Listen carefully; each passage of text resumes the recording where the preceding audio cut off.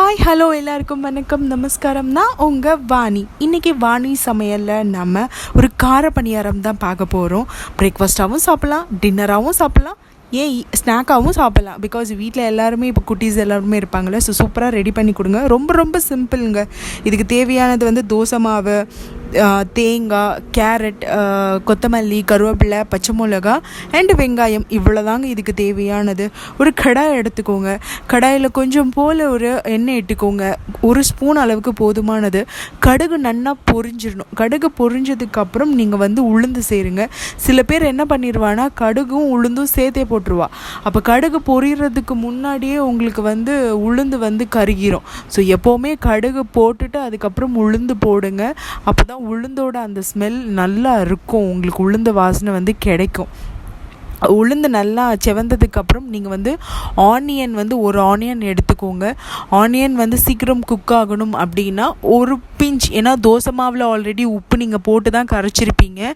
So உப்பு கரெக்டாக பார்த்து சேர்த்துக்கோங்க.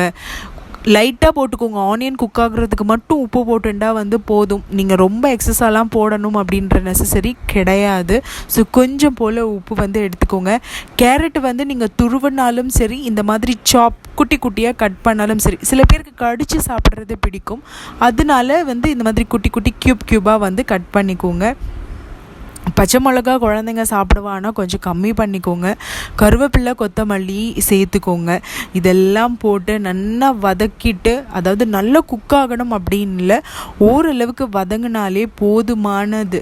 ஸோ நல்லா வதக்கிடுங்க. வதக்கிட்டு நீங்கள் இது எல்லாத்தையுமே வந்து ஆற வச்சு தான் மாவில் சேர்க்கணும் அப்படின்ற நெசசரி கிடையாது. ஏன்னா நம்ம திருப்பியும் குழிப்பணியாரம் வந்து ஊற்ற போகிறோம். கடைசியாக வந்து தேங்காய் போடுங்க. தேங்காய் தாங்க ரொம்ப ரொம்ப ஹைலைட்டு. நீங்கள் தேங்காய் ஸ்கிப் பண்ணிங்கன்னா கண்டிப்பாக உங்களுக்கு வந்து பணியாரம் வந்து அந்த அளவுக்கு டேஸ்ட்டு இருக்கவே இருக்காது. ஸோ பணியாரம் வந்து நல்லா டேஸ்ட்டாக வரணும். ஸோ சூடோடு பாருங்கள், நான் சூடோடு தான் சேர்க்குறேன். ஸோ இதே மாதிரி நீங்கள் பண்ணால் தான் உங்களுக்கு பணியாரம் வந்து நல்லா டேஸ்ட்டாக இருக்கும். ஏன் அப்படி நான் சூடோடு சேர்க்க சொல்கிறேன்னா, மாவு ஆல்ரெடி 2 நாள் 3 நாள் நீங்கள் வந்து வச்சுருப்பேன். மாவோட ஃப்ரெஷ் டேஸ்ட்டு கிடைக்காது. பட் இந்த நம்ம வதக்கல் வந்து நல்லா ஃப்ரெஷ்ஷாக இருக்கும், சுட சுட இருக்கும். அப்போ அந்த சூடோடு அந்த மாவில் சேர்க்குறச்சே உங்களுக்கு டேஸ்ட் வந்து நல்லா கொடுக்கும். இதுதான் அதோட சீக்ரெட். சில பேர் ஆறிட்டு மாவில் சேர்ப்பா. தயவு செஞ்சு இதை பண்ணவே பண்ணாதீல். சுட சுட அடுப்புலேருந்து இறக்குன உடனே மாவில் சேர்த்துட்டேல் அப்படின்னா அந்த சூட்டோட இந்த மாவுக்கு அது வந்து காம்பினேஷன் வந்து கரெக்டாக இருக்கும். கண்டிப்பாக இதுக்கு பணியாரக்கல் மஸ்ட்டுங்க. ஸோ பணியாரக்கல் வந்து கண்டிப்பாக தேவை. ஆயில் இல்லை, இது வந்து கார பணியாரம் அப்படின்றனால ஆயில் இட்டுண்டா போதும். இதுக்கு வந்து நெய் தேவை கிடையாது. நெய் இட்டுண்டா இனிப்புக்குன்னா நெய் கரெக்டாக இருக்கும். பட் காரத்துக்கு எப்போவுமே வந்து நல்லெண்ணெய், அதாவது எனி கைண்ட் ஆஃப் எண்ணெய் வந்து நீங்கள் யூஸ் பண்ணிக்கலாம். ஒரு கரண்டியாக, அதாவது ஸ்பூன் அளவு எடுத்தாலும் சரி, இல்லை குழியாக இந்த மாதிரி நீங்கள் வந்து சிந்திராமல் பார்த்து ஊற்றுங்க. புதுசாக குக் பண்ணுறவா கொஞ்சம் கேர்ஃபுல்லாக பண்ணுங்க. மேலே கீழே தெரிச்சிடாமல் பயம் இல்லாமல் குக் பண்ணுங்க, கரெக்டாக வரும். ஸோ இந்த மாதிரி. ஆனால் பணியாரம் சாப்பிடணும் அப்படின்னு ஆசைப்படுறவா கண்டிப்பாக பொறுமைன்றது கண்டிப்பாக வேணும். ஏன்னா அதை ப்ராசஸ் பண்ணி அது வேகிறதுக்கு கொஞ்சம் டைம் எடுக்கும்.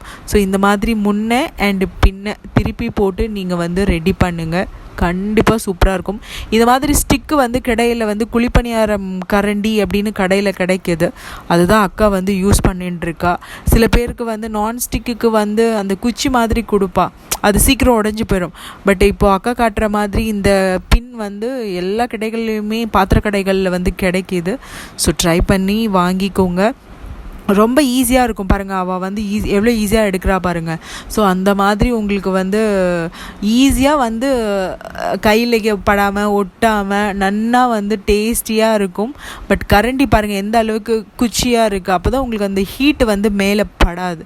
ஸோ குழி பணியாரம் கரண்டி அப்படின்னு வந்து பாத்திர கடையில் கேட்டாலே இது கிடைக்கும், ஆன்லைனில் கிடைக்கும். செக் பண்ணி பார்த்துக்கோங்க. ஸோ இந்த மாதிரி சூப்பரான ஒரு கார பணியாரம் ட்ரை பண்ணி எப்படி இருக்குன்னு மறக்காமல் என்னோட கமெண்ட் செக்ஷனில் பகிர்ந்துக்கோங்க.